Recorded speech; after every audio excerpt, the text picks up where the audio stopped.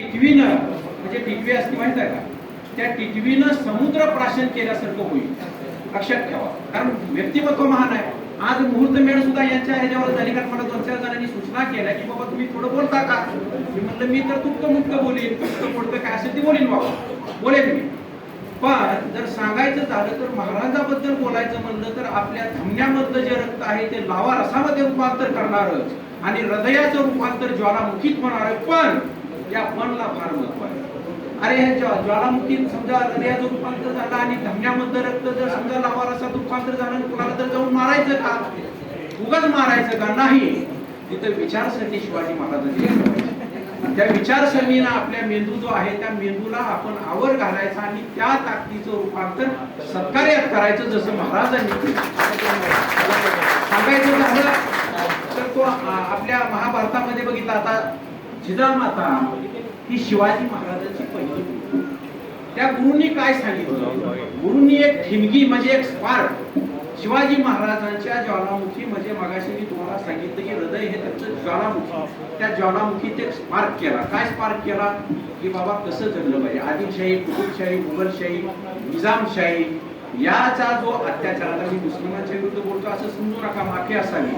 मुस्लिम सुद्धा माझे बांधव आहेत आणि मी कुतुबशाही वगैरे हे सगळे मुस्लिम रिलेटेड असल्यामुळे असं कुणी समजू नये, कारण मुस्लिम हे बंधूच आहेत. काय हिंदू मध्ये सुद्धा काही चुकीचे असतील, मुस्लिम सुद्धा चुकीचे असतील, पण इथं मानवता महत्वाचा आहे.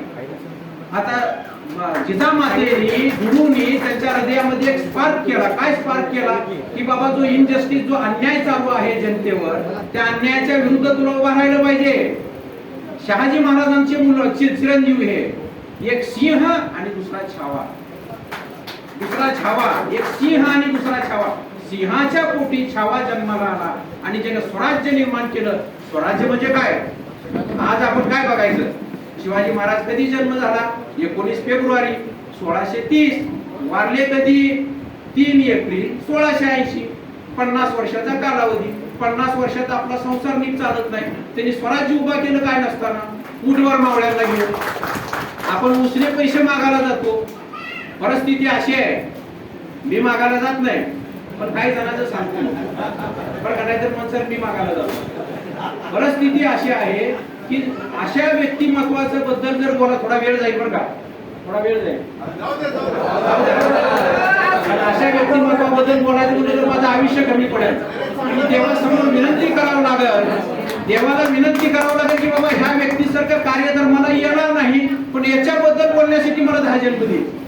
50 वर्षाच्या आयुष्यामध्ये केलेलं कार्य जे इतिहासात नोंद होती, ज्या व्यक्तीनं केलेलं कार्य इतिहास होऊ शकतो. आपल्यासारख्या पामरांनी केलेलं कार्य म्हणजे काय.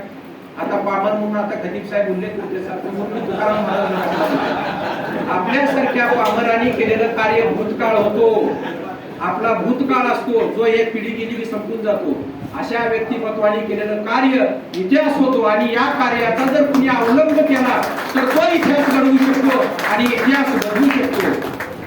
1667 साली काय झालं याबद्दल असणारा आदर, शिवाजी महाराजांचा असणारा याबद्दलचा आदर, शिवाजी महाराजांचा असणारा लहान मुलाबद्दलचा आदर, शिवाजी महाराजांचा असणारा वयस्कर माणसाबद्दलचा आदर, शिवाजी महाराजांची असणारी सगळ्याबद्दल बघण्याची दृष्टिकोन म्हणजे समतेची भावना. माझा मुलगा आहे मी अमुक केलं पाहिजे, मी माझी आई आहे मी तमुक केलं नाही. हा सगळी प्रजा हीच माझी मुलं आहे, ही प्रजा माझी भाऊ भावंड आहे, ही प्रजा माझी आई वडील आहेत. बघण्याचा दृष्टिकोन. जिजाबाई माझी आई आहे असं नाही.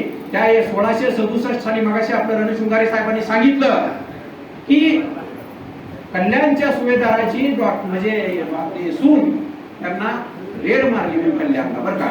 आता आपण त्यावेळेस म्हणजे अभ्यास केलेला, त्यावेळेस त्या आबाजी सोंडेव नाव असावं देशमुख साहेब, आबाजी सोंडेवनी कल्याणच्या सुभेदाराची सून ही शिवाजी महाराजाला सूनच म्हणत नाही, मी विशेषण लावतो, तरुण आणि सुंदर असणारी, तरुण आणि सुंदर असणारी सून हे धनधान्य लुटून हे सगळं शिवाजी महाराजांच्या पायावर अर्पण केलं. त्यावेळेस शिवाजी महाराज काय म्हणले, सुंदरा मनामध्ये भरली जरा नाही ठरली हवेली ती शिरली असं नाही म्हणलं.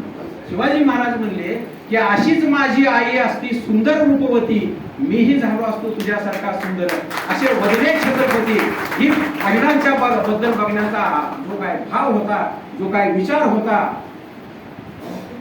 तो विचार आणि तो भाव आपण अनुकरण केला पाहिजे. शिवाजी महाराजांची जयंती आणि शिवाजी महाराजांची आपण जे काय पुण्यतिथी साजरी करतो त्यावेळेस त्यांचा आचार, त्यावेळेस त्यांचा विचार आपण अनुकरणात आणला पाहिजे. ही त्यांना खरी दिलेली आपण आदरांजली असेल, हे त्यांना केलेला खरा मुजरा असेल, हा त्यांना केलेला खरा वंदन असेल.